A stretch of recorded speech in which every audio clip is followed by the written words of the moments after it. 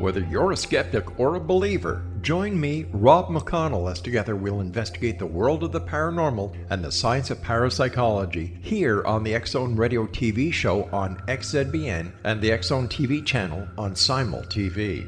Since 1990, the X-Zone Radio TV show has been the place where people dare to believe and dare to be heard.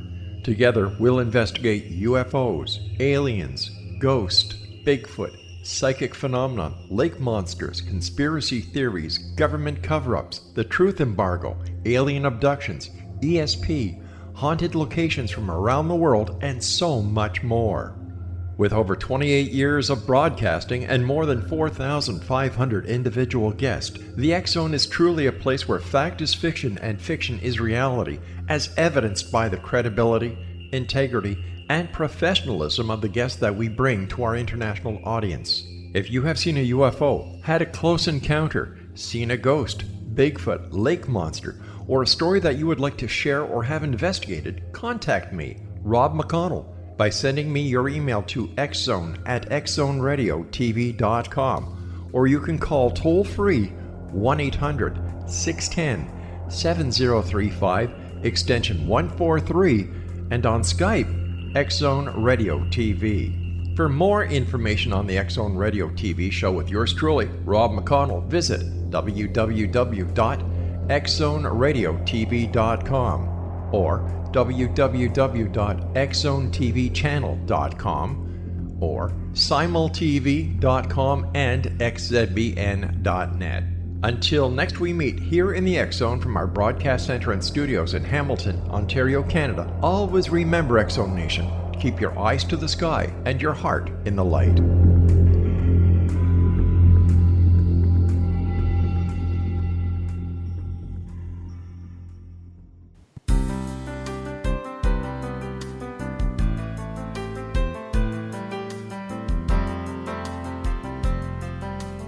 Welcome to Mission Evolution Radio Show with Gwilda Wiyaka, bringing together today's leading experts to uncover ever-deepening spiritual truths and the latest scientific developments in support of the evolution of humankind. For more information on Mission Evolution Radio with Gwilda Wiyaka, visit www.missionevolution.org. And now, here's the host of Mission Evolution, Miss Gwilda Wiyaka. Hello, dear friends. This is Mission Evolution Radio Show, where we share innovative thoughts with today's leading scientific and esoteric experts, supporting the path to unity and enlightenment. I'm Gwilda Wiyaka. This hour we'll be exploring Elephant in the Living Room, Evolving Animal Relations. It's amazing that many people believe love, compassion, and the ability to grieve is an attribute only people possess, that only humans have a soul, feel pain, or form family bonds. In truth, animals trump humans in all of these categories. If we're to evolve as a species, we first must reunite the wisdom and grandeur of the circle of life and all of our relations. In this, the animals will be our teachers, if we can change our behavior towards them in time. What do the animals have to teach us about life and love? What have we been overlooking in our arrogance? With us this hour to delve into this most important topic is wildlife photographer Larry Laverty. Following a 30-year career as a Hollywood actor, Larry shifted careers, becoming a professional photographer. This change of priorities was out of a lifelong concern for the environment and wildlife conservation. His dedication to elephants grew out of rapidly growing understanding of their gentle nature and mankind's crimes against them. His book, Power and Majesty, is a combination of his longtime passion for photography and writing. Larry holds a B.S. in finance and a B.A. in political science. He supports the work of conservation organizations in Africa through their use of his photographs and ongoing financial contributions. His website, LarryLavertyWildlife.com. Larry, thank you so much for joining us on Mission Evolution. Oh, thank you for having me as a guest here, Gwilda. It should be fun what we uncover as we work together. Oh, yeah. So what caused you to change your life path from a Hollywood actor to professional photographer? It was a convergence for me of my process of studying humanity for over 30 years in order to become the best actor I could be, with uh, a growing observation of the troubles that mankind was bringing to wildlife in particular around the world. So, how did you become involved in wildlife conservation?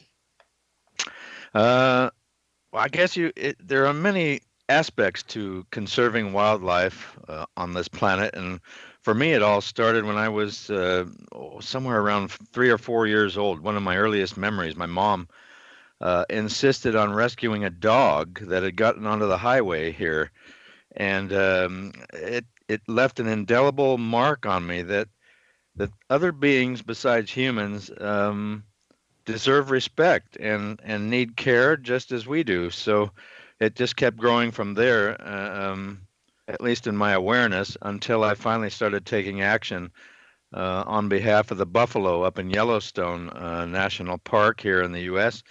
And that was the beginning where it really dawned on me that I was spending my time in a in a less than productive way, because entertainment is such a consumer item that once people watch a movie or watch TV, then they're on to the next thing, and only a few movies or TV shows actually have any kind of significant impact on the way we choose to live our lives, and so it was time to change. So I just it was an easy one, and in fact, because I felt like I'd enjoyed my time.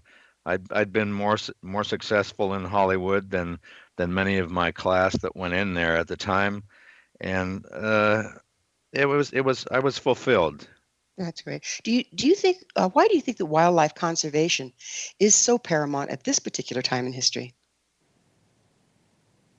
Because there's an increasing pressure on those wild beings that are still with us as the human population grows around the planet. There's just less and less space. There's more and more conflict between humans and wildlife, and now is the time if we want to save any space for them to live. And the parks, as I witnessed in Africa primarily, I mean, there's two different yardsticks, you might say, for making this judgment. But you look at the national parks here in the United States, which which is a fairly evolved animal, and then I look at Africa, and I come to certain conclusions, and now is the time. If we want elephants and lions and even grizzly bears with us for future generations, then we've got to start acting right now. So yeah, it's imperative. Yeah, I would have to agree. What I've noticed is most humans are actually afraid of most wildlife. It's like wildlife has been portrayed for sensationalism and entertainment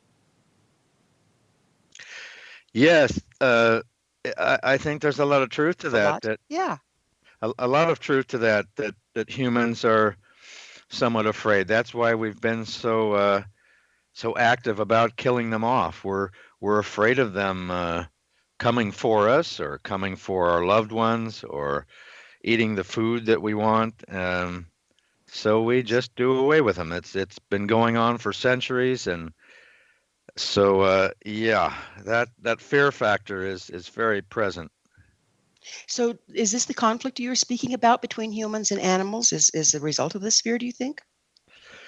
There's a little bit of that. If I was to talk specifically about Africa and the elephants, there's a little bit of that fear factor going on, because in a village in a remote corner of Africa, there's no police force to come rescue you or take care of your food supply. So it's just on you to make sure that you have food to keep yourself alive. And if a hungry elephant happens to come walking by your village or your little plot of land where you're growing your food supply, then you've got a problem on your hands. And so it goes almost past the fear element into some some primal place where you got to get rid of this threat to your life, and you'll use any means possible. If folks out in the bush of Africa have a gun, they'll use it. If they don't, and they have a spear, which many do, then they'll use the spear.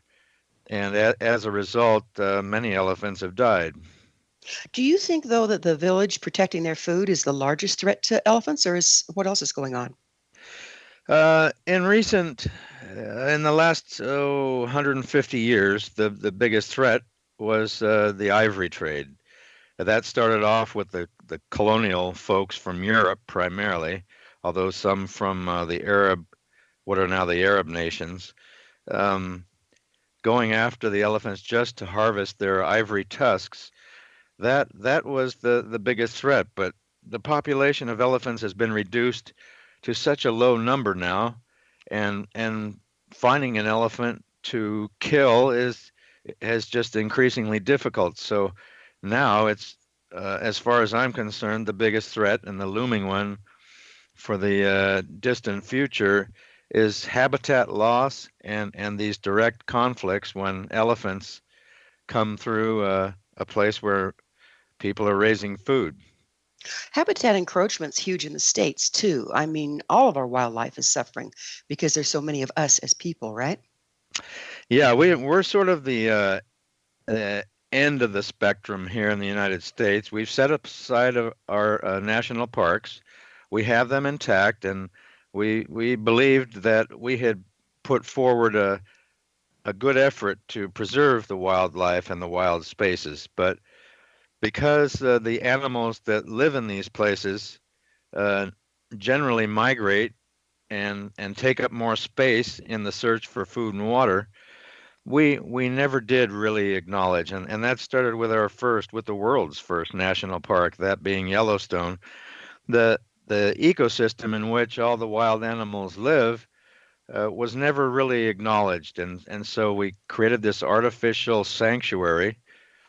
And in the wintertime in particular, when food and water become scarce, especially in that part of the world, then the buffalo in particular have to move to lower elevations where they're immediately subject to hunting and, in the case of Yellowstone, culling.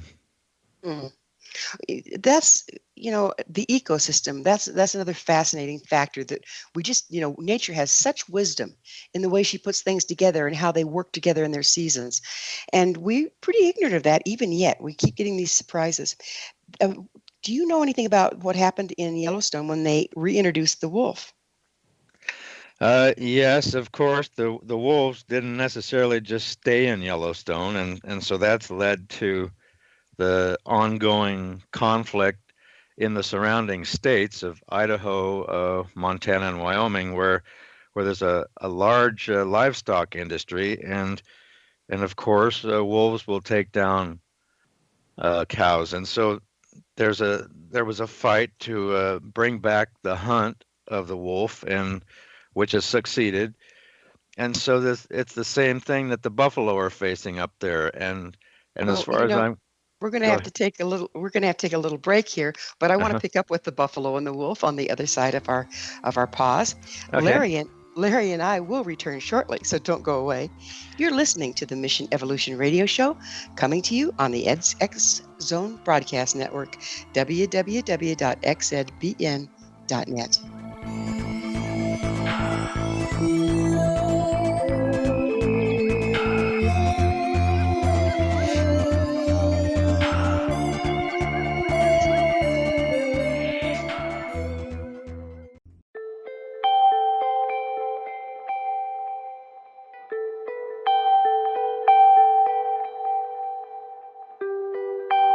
It's hard to listen to the news without realizing we're living in volatile, unprecedented times.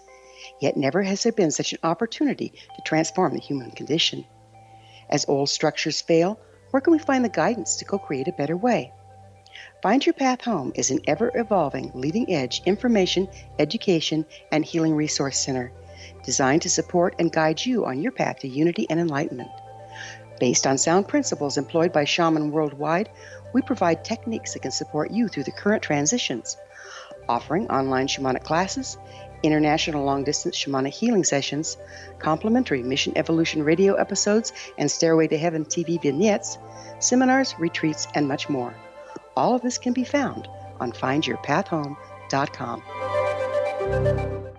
So I was watching the X Zone TV channel last night when I was abducted by aliens, and they kept repeating to me over and over again, simultv.com, simultv.com. What's simultv.com? That's what I asked them. They had it written on the side of their UFO. How do you spell that? UFO. No, I mean simultv.com. simultv.com. simultv.com. Right. simultv.com. Interesting that you were abducted by aliens in a simultv.com UFO last night. Oh, yeah? Yeah. Now that you mention it, I remember now last night I was awakened from a deep sleep. My great-grandmother was standing there. She said she'd come from the hereafter to tell me about simultv.com. She even spelled it out for me. simultv.com, sonny boy. simultv.com. simultv.com, sonny boy. Wow. Yeah. Guys, you'll never guess what my psychic guru just told me. simultv.com. Exactly. Are you guys psychic too? Of course. We all know about simultv.com. simultv.com.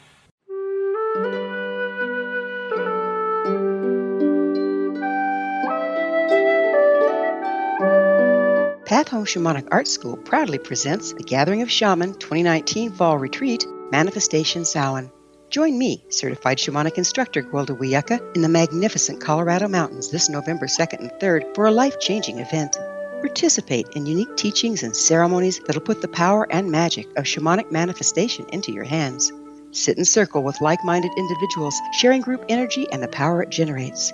Classes will be held in a facility next to the beautiful, majestic Arkansas River, further empowering the experience. Space is limited, so reserve your spot today. For more information, visit findyourpathhome.com or email touchin@findyourpathhome.com.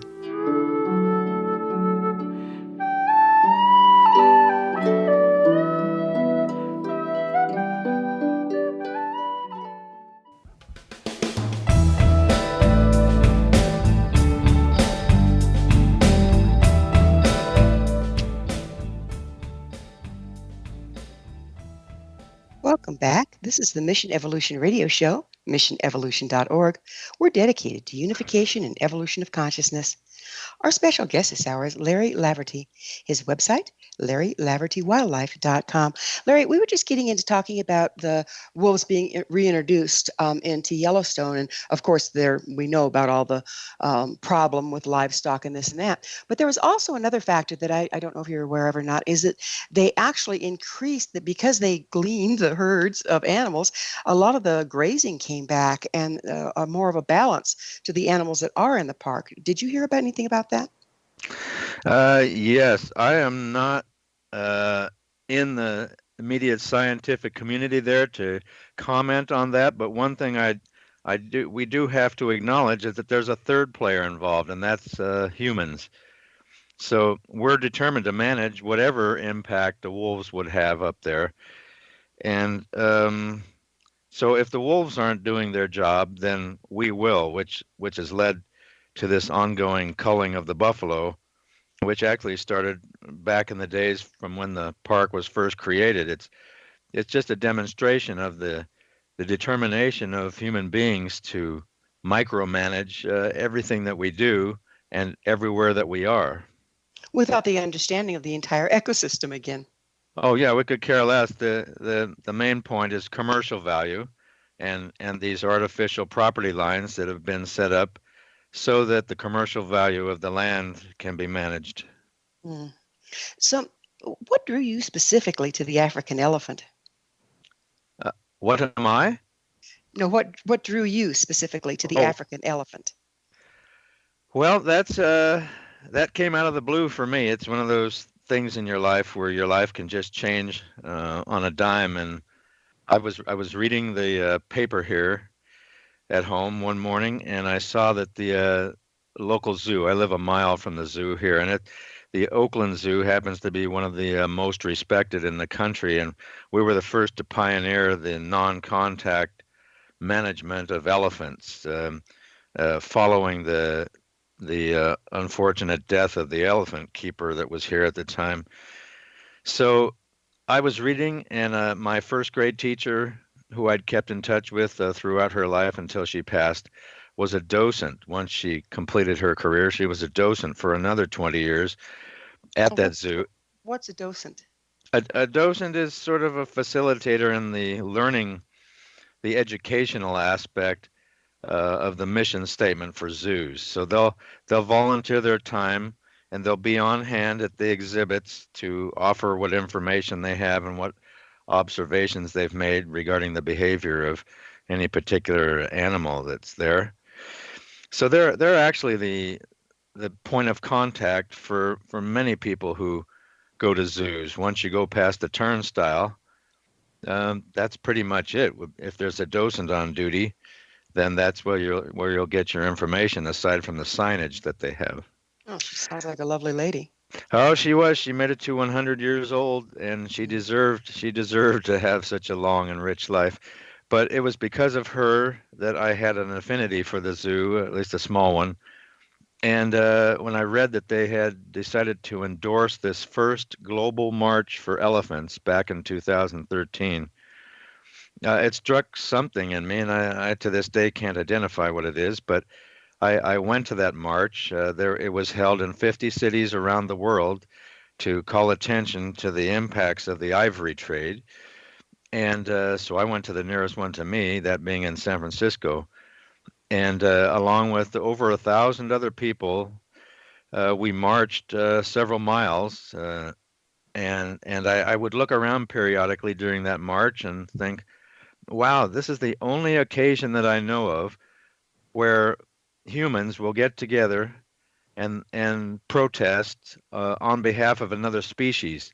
We weren't out there protesting for higher wages or better conditions or against some political activity. We were in a very selfless way out trying to speak our minds that this event, the ivory trade that was going on in the world, was a bad thing, and we wanted to see an end to it.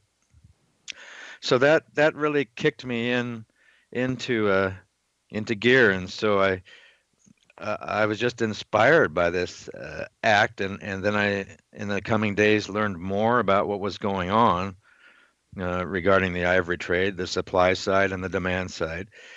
And I just got increasingly upset with it all and inspired to learn more and more until finally I found myself an outspoken critic, and on social media in particular, and even when I go to the grocery store, I would bring up, and I still do, bring up the conversation. Do you know about elephants and this and that? But I kept going. Many of us have never even seen an elephant except, well, maybe in a zoo or on television. What can you share about them that's not apparent? Yeah, this is exactly why I went to Africa in the first place. I thought I was distinctly unqualified to be a spokesman for elephants since I hadn't seen one in the wild, only at the circuses and in the zoo. So I went, and at first, it's like anything in life, any relationship, it takes a little bit of time to get a grasp of what you're seeing and what's going on.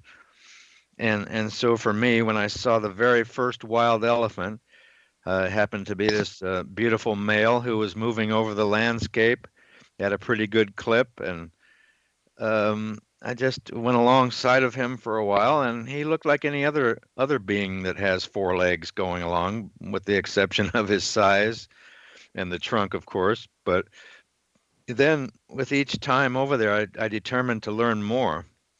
And the list now, as elephants are different than human beings, and the similarities as well, is pretty long for me. And so, to directly answer your question, I think what really jumped out at me was their ability to love. Love and caring is how I define the elephant, especially within the family context. How did you observe this? How could you tell that they love? It's very similar to human beings. There's a lot of contact, generally with the head and the trunk, and so there's that. And then, of course, the one event that really caught me was I came upon over in Kenya. I came upon this line, this family group of elephants on their way somewhere. So I decided to follow them. And in the process, I discovered they were heading for this big water hole. So I sat around the water hole. I decided to run ahead and got there a little ahead of the entire family, and I watched as the first ones who arrived there lingered around, and instead of being like humans might be, rushing and pushing each other out of the way to get the water first, those who were there first waited until all of the family were there, and then they all drank together. I thought Interesting. I thought the awareness of their family group and their selflessness and their concern for each other's well-being, because there's never any guarantees that everybody's going to make it to the water hole. There's lions along the way, there's physical obstacles, and that really that was my first trip over that I witnessed that. And then there's plenty of other demonstrations, especially in the raising of young elephants, where the basically the entire family group takes a part. All the sisters and the aunts and uncles and grandma and all of them are involved. It's not like we are here in this in the human society, where it's pretty much incumbent on the parent. There's quite We split up as families, yes? Yes, exactly. And so that's another thing that separates elephants, this structure of being a primarily female based society in these family groups, because the males are pushed and choose to leave their original family group to go out into the world, and that leaves all the women folks there to look after each other. And as we know throughout the history of life on Earth, I think the more sensible and sensitive beings tend to be the females, and so that's why the integrity of love and caring has persisted in the world of elephants. So are the males pushed out kind of like in elk herds as well, so Yeah. that the for biodiversity? Yeah, it's true for most species, wild species, that's the case. That it's all the greater picture, as you mentioned early on in our conversation here, that nature knows best, and Mother Nature's been working at this long before man came along, so that there's no interbreeding, and the basic energy that older males will bring to a community, that is pushed off for the well-being of the entire species. I understand that we're about out of time in the segment, but I understand that the females will surround one giving birth to protect the calf. Yeah, I have not seen a birth myself. That's one of the things I've been dying to see, but Yeah. I can't speak to that directly. I do know that frequently during matings, which I've seen quite a few of, that the family group will, once the act has been taken care of, then they'll gather around. It's as if they're all saying, Celebrating. Are you okay? And yeah, how you Oh. doing? Well, we have to take another quick pause. Larry and I will return to our discussion shortly, so you stay right there. This is the Mission Evolution Radio Show. We're coming to you on the X-Zone Broadcast Network, www.xzbn.net.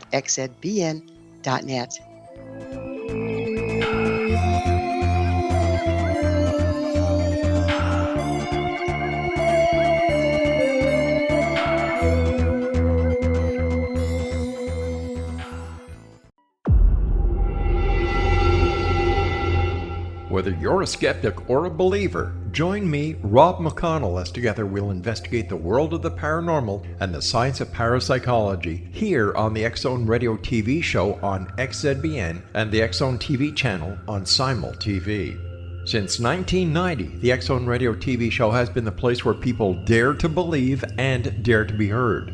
Together, we'll investigate UFOs, aliens, ghosts, Bigfoot, psychic phenomena, lake monsters, conspiracy theories, government cover-ups, the truth embargo, alien abductions, ESP, haunted locations from around the world, and so much more.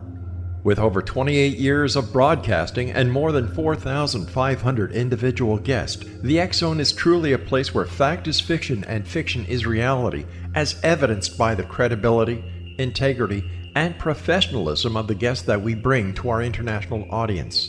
If you have seen a UFO, had a close encounter, seen a ghost, Bigfoot, lake monster, or a story that you would like to share or have investigated, contact me, Rob McConnell, by sending me your email to xzone@xzoneradiotv.com, or you can call toll-free 1-800-610-7035, extension 143, and on Skype, X Zone Radio TV. For more information on the X Zone Radio TV show with yours truly, Rob McConnell, visit www.xzoneradiotv.com or www.xzonetvchannel.com or simultv.com and xzbn.net. Until next we meet here in the X Zone from our broadcast center and studios in Hamilton, Ontario, Canada, always remember, X Zone Nation, keep your eyes to the sky and your heart in the light.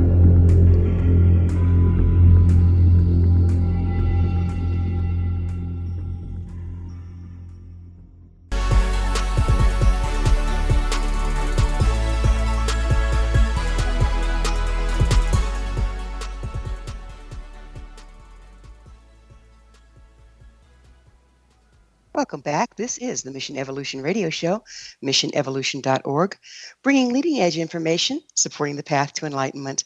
We're speaking with Larry Laverty, his website, LarryLavertyWildlife.com. Larry, let's talk a little bit about what does our relationship with the animals, and particularly the elephant, have to do with evolving as human beings? You say the human ability to save elephants reflects the ability to save our own humanity.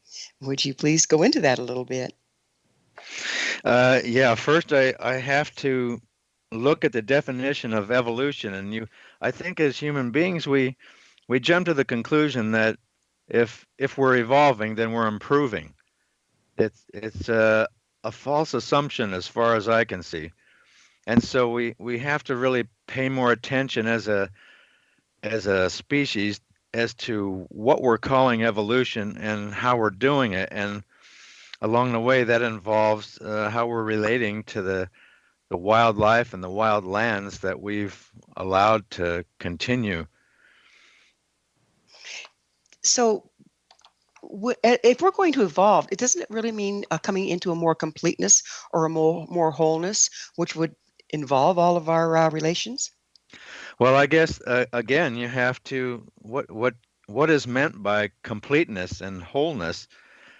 Generally, human beings are pretty self-oriented and what's in it for me oriented, and that usually doesn't accommodate what's going to be best for wild places and wildlife. So that's what the definition. Even though the United States in particular and Canada as well and parts of Europe have done their token best to set aside places, reserves, where the wild way of being was when we first discovered it. But just the way we've chosen to manage these parks, these places, is pretty indicative of what's going on and how in the bigger picture we are in fact relating to the rest of the world. What role do elephants play in Africa's biodiversity? One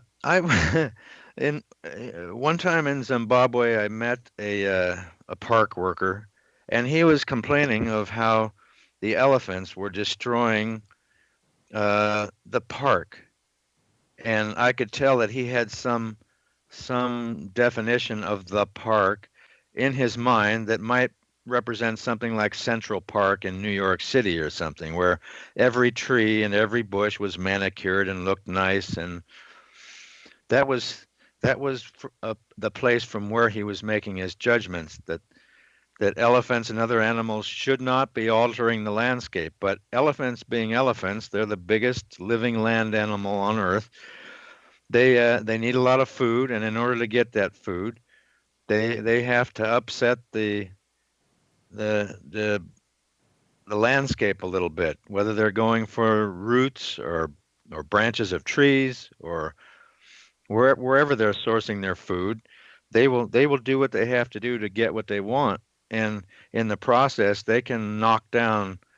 I Again, in Zimbabwe, I watched this one in my book. I titled a chapter "Dozer" for representing bulldozer. This elephant, just in the span of about 10 minutes, knocked down 4 or 5 trees, and these were sizable trees. He wanted to get to the roots.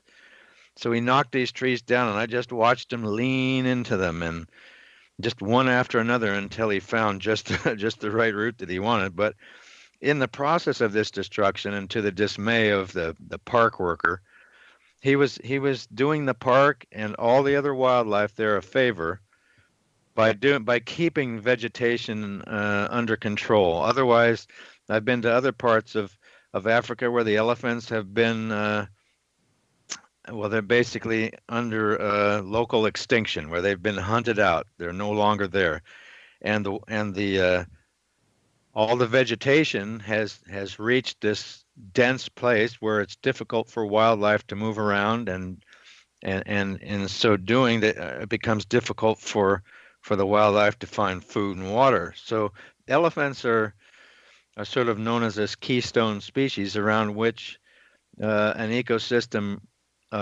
revolves by nature of their ability to keep the vegetation managed. And it's so sad that we don't recognize these things until after the fact, when they're extinct in an area.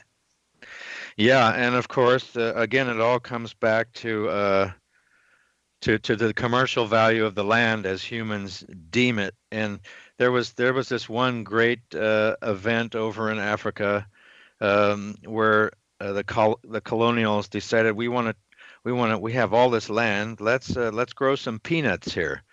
And in Africa, the plantations, as you might call them, are pretty sizable. So in order to do that, to grow all these peanuts, they had to first get rid of all the wild animals, because they knew that the wild animals would probably come and eat the peanuts once they were grown. So hunters were brought in, and all of the animals were killed off, including countless elephants. And the result of this great event was that the colonials neglected to think ahead of time about their source of water.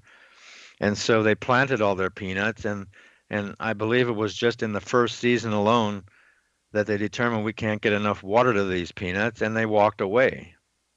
And left nothing but dead land and dead animals.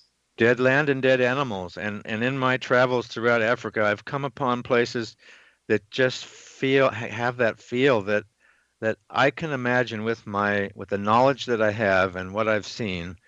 I can imagine a certain landscape teeming with all sorts of the whole spectrum of wildlife, but because of the presence of man, there's nothing there. There's just an odd landscape of trees that don't necessarily belong, and shrubbery that's taken over.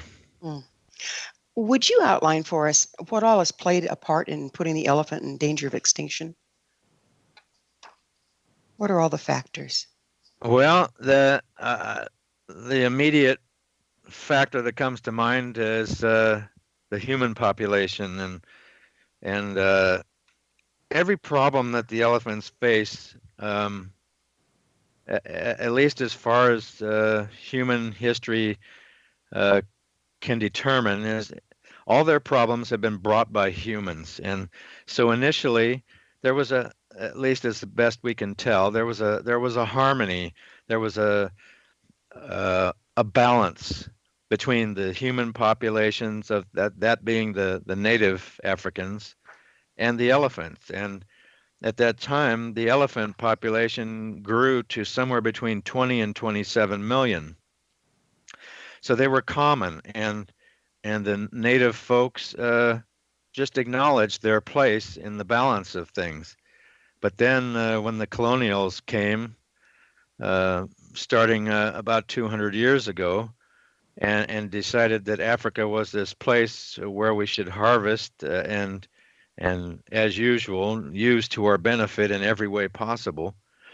Then the elephants started taking a hit, and that was primarily for their ivory, because it was determined that there was a great use for this ivory. You could sculpt it. It was like wood, but had this beautiful white and other qualities to it. And so the colonials started things off on a bad foot by harvesting millions of elephants. And then once the colonials backed off of that, the locals started meeting the supply, primarily for Asia, but also for Europe and the United States along the way. But the most recent chapter of the ivory trade has been conducted almost extensively by, or exclusively by, the local native Africans, and then funneling their ivory to the folks of Asia. Well, it looks like we go back full circle. It has to do with fear and greed, doesn't it? Fear of lack and greed.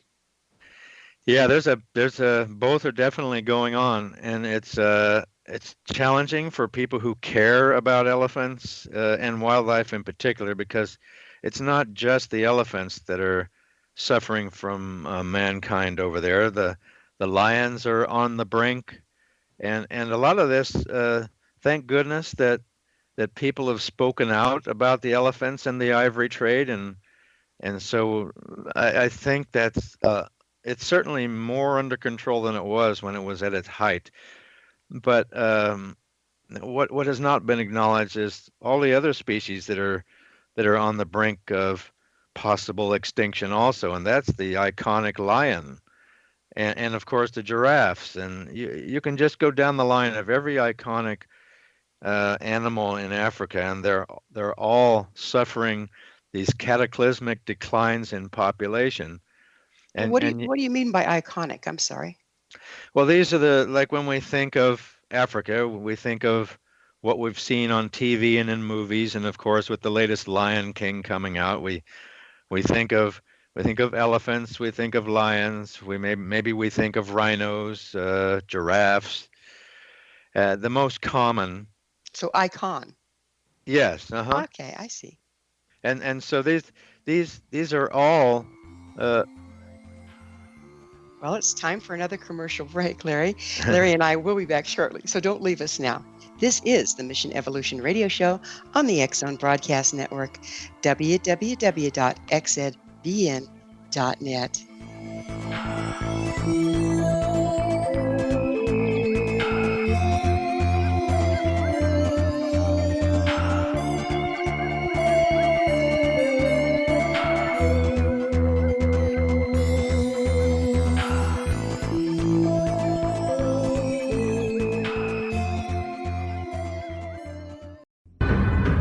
If you are looking for a safe, zero-calorie natural option to the harmful artificial sweeteners on the market today, Just Like Sugar is what you're looking for. Just Like Sugar is a wonderful natural alternative for those health-conscious people who choose a calorie-restricted diet with a great, pure, sweet flavor that tastes just like sugar. Just Like Sugar is a great natural option for people suffering from diabetes and may be useful in restricted diet programs where standard sugars are not allowed and does not cause a laxative effect of some other sweeteners. Just Like Sugar comprises a perfect blend of chicory root fiber, natural calcium, natural vitamin C, and Just Like Sugar's sweetness comes from the natural flavors from the peel of the orange.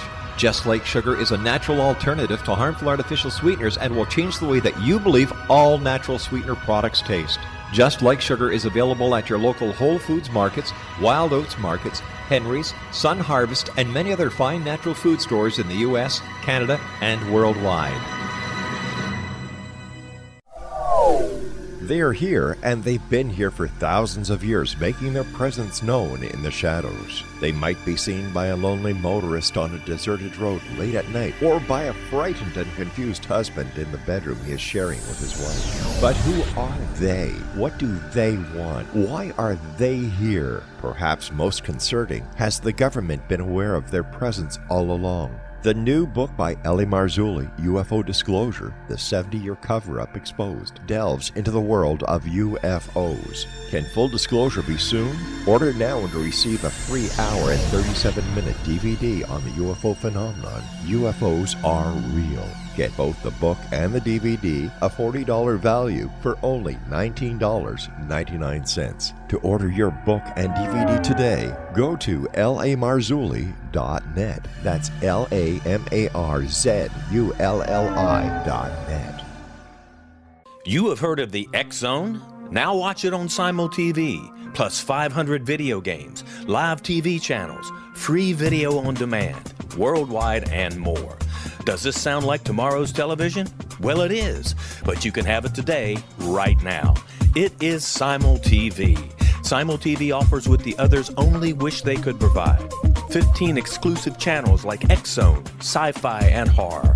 We are worldwide. No other provider offers that. 500 built-in video games. No need to have an extra expensive system. We have them included. Free video on demand. Live streaming events from around the world, interactive online network, and much more. Tomorrow's TV today. Simul TV. Sound too good to be true? Well, it's not.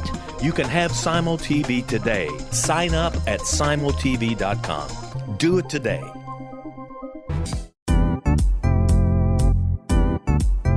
Memorable dynamic presentations are a not-so-secret weapon in the business world. Do you have a powerful message that must be shared, but you haven't found a way to deliver that message? Do you want to be known as a top public speaker who gets amazing results? Are you ready to create and deliver your powerful message? Thomas Hides can help you create and deliver your speech to get the results you desire. Visit iconquality.com.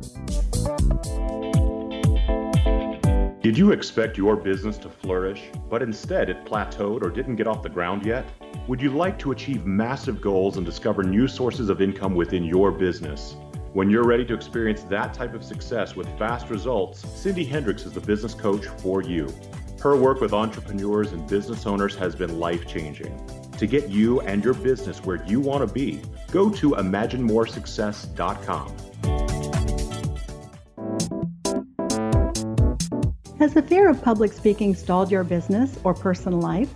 What would you give to develop and maintain supreme confidence? Have an invaluable private program to always perform at your best. Imagine how you would feel.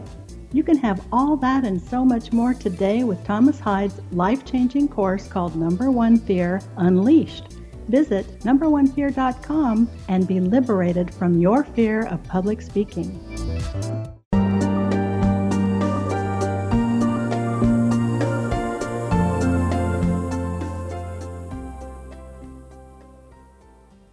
Welcome back. This is Mission Evolution Radio Show, bringing together gifted people of service to the world. To suggest a topic or guest, email us, info@missionevolution.org. Our guest this hour is Larry Laverty. His website, LarryLavertyWildlife.com. Larry, what is the social disruption elephants are experiencing due to poaching practices? That's a long story.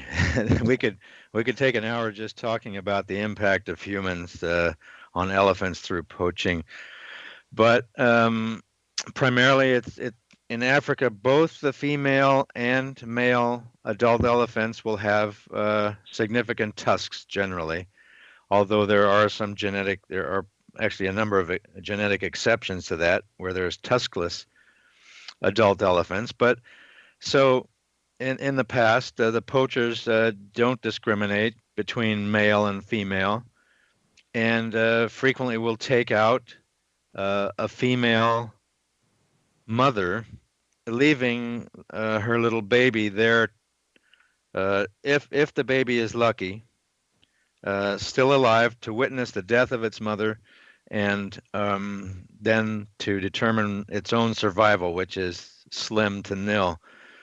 So it just cuts to the heart of the fabric of elephant life when a female in particular is taken down. And of course, when the males are taken down, that interrupts their circle, because once elephants leave their original families, they go out and they have social lives with other males.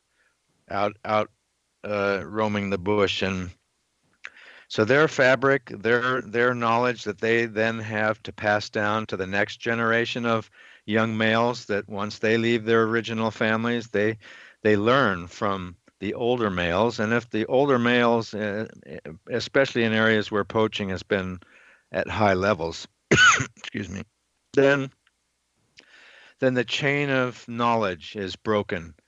So those are the two most prominent, the caring for the young, and the knowledge that's lost of where water holes are, and where food is most plentiful.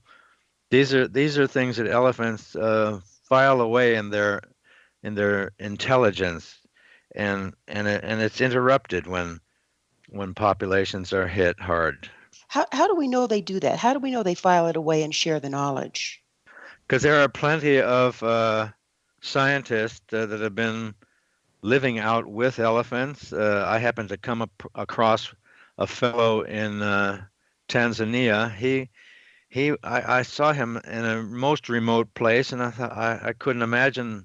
He looked out of place. I couldn't imagine what he was doing out there. And he said that he had come there working. He was from the UK, and he had done his graduate project with the elephants, and he had fallen in love with them, as many people who go to Africa for science do. And so he just stayed.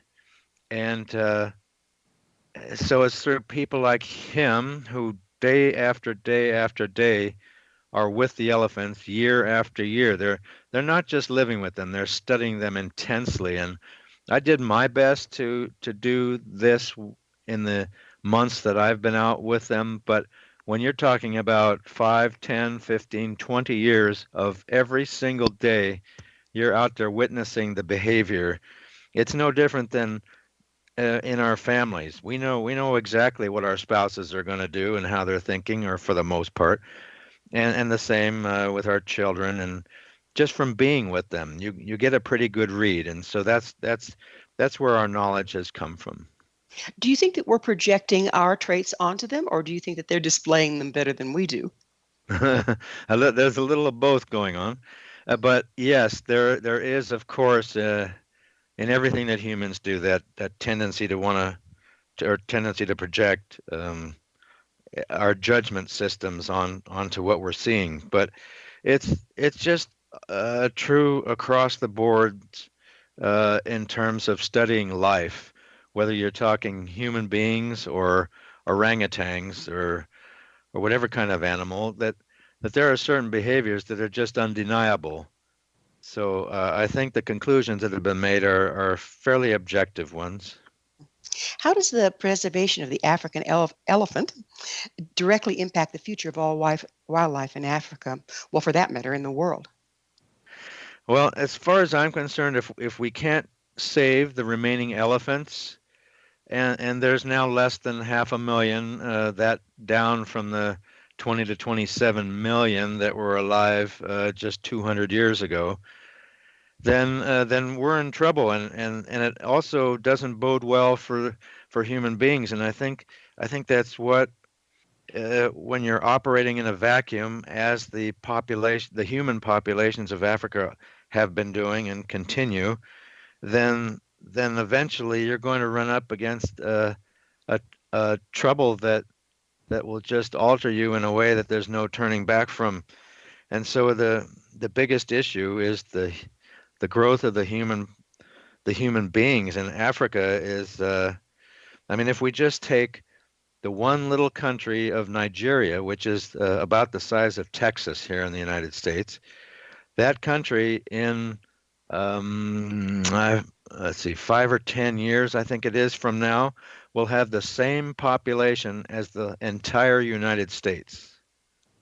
Good grief. And that gives that, just if you use that as a yardstick, and then you take a look at the rest of Africa, the reproductive rates of humans is astounding. Where on average, most countries, each mother gives birth to 4 to 6 children, and having 10 children is not uncommon. My goodness, that adds up fast, doesn't it? So it adds up fast, and of course, the populations are not able to create the lives that are necessary for these new children born, at least in terms of 21st century standards. And so that's where the problems for the remaining wildlife lie, that there's just an increasing need for more and more land to raise livestock, to raise crops, and the conflicts. It's yes, education has improved significantly throughout Africa, thanks almost entirely to the impacts of the colonials. That's one positive that can be said for the impact of the colonial powers in Africa, that they brought education, organized education, but utilizing that education for the benefit of all, including wildlife, is something that's still in the works. Larry, what's the most profound thing you've learned from animals? I have a constant battle, a daily battle, not being jaded, not looking at humanity only in terms of all of our ills and the negative impacts that we bring to the planet. I grew up and live in a sizable urban area with significant challenges in terms of economics, in terms of race, and I look at the simplicity of wildlife, and I think their main objective is to have enough food and to have enough water and some security. Those are what they're after, and somehow, with all of the complications that human beings have managed to bring into our own lives, some fundamental values and realities are in jeopardy of being lost, possibly forever. Well, we have about 1 minute left. Time has flown. If you were to leave our listeners with one message about human-animal relations, what would it be? I'll just echo what you have said, that we are fully capable of learning so much from animals, whether they're domestic or wild, it doesn't matter, just by observing them, that if we take the time to divorce ourselves from the lives that we've created, which are so fast-paced and set around certain objectives, if we took that time, we'd be far better off as a species. The human race has some challenges coming up over the rest of this century, significant ones, and so how we go about addressing those challenges can be improved in the process of appreciating the life that's around us, the wildlife around us. Do you think that also involves starting to really pay attention to the way life works together? Yeah, that's again, so many things are lost when greed, when selfishness, when the commercial value of anything is the focus.